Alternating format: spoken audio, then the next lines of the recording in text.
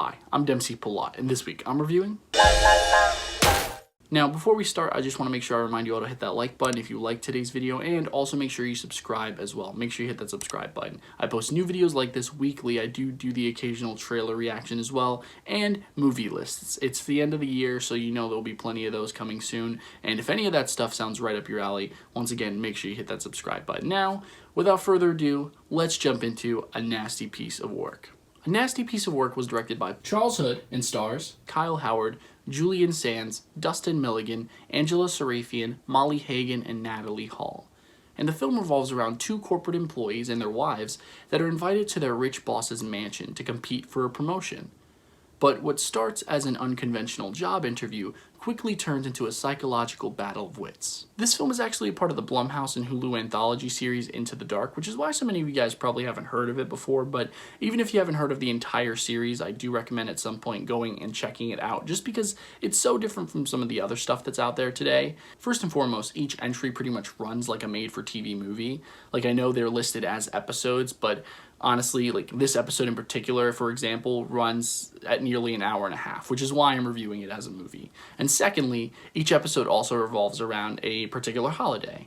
Like, this is their Christmas-themed episode. And last year, funny enough, I also reviewed their previous Christmas-themed episode called Puka. I mean, not all of them are particularly great, but they're all really interesting. But this one is just... I guess the best way to sum it up is to say that it's weird. As weird as a Blumhouse film can be, anyway. From the very beginning, it's extremely dark. It's got an abstract plot with a pretty decent message, and it's full of twists and turns. Essentially, this film is a satire. It's about how the rich sees the lower class, and just how far the lower class might be willing to go to trade places.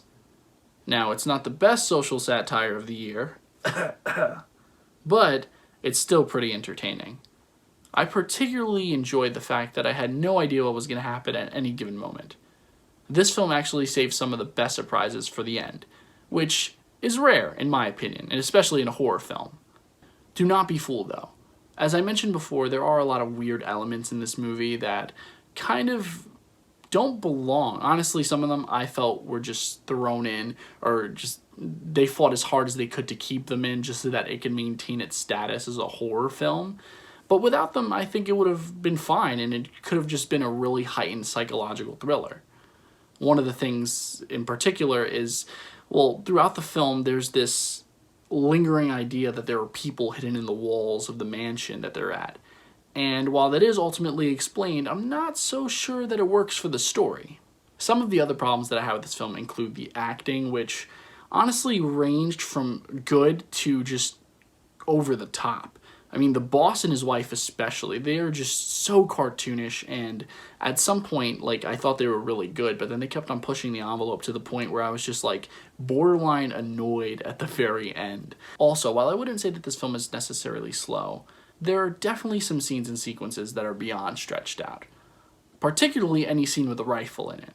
Just know that if you see a rifle in this movie, that they're gonna milk that bad boy till every last bullet is gone, or until you think every last bullet is gone, and if you watch the movie, you'll know exactly what I'm talking about. Honestly, I expected so much more from this film, especially once I realized the direction that it was headed, and I think that they absolutely could have done more with it. But at the risk of shaking its horror roots, Blumhouse opts to just create another okay product.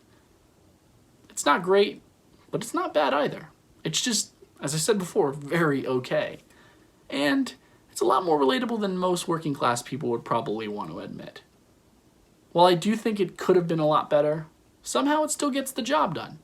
And for that, I'm going to give it 2.5 stars. This is wrong on so many levels. Guys, as always, thanks so much for taking the time out of your day to view this video. It really does mean the world to me. And once again, if you like this video, please make sure you hit that like button and subscribe. I post new videos weekly, and I'm always working on new stuff.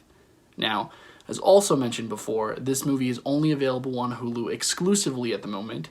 That is until, you know, Disney buys everything and it's available everywhere. But in all seriousness, though, if you happen to see it already by some coincidence, or if you are interested in seeing it and do see it at a later point in time, let me know what you thought about it in the comment section below. I'd love to hear from any and all of you. But, yeah, that's pretty much all the time that I have today. I should probably get back to work. I have a whole lot of stuff planned for the rest of the month of December, so make sure you stay tuned. So until next time, I'm Dempsey Palat. Take care.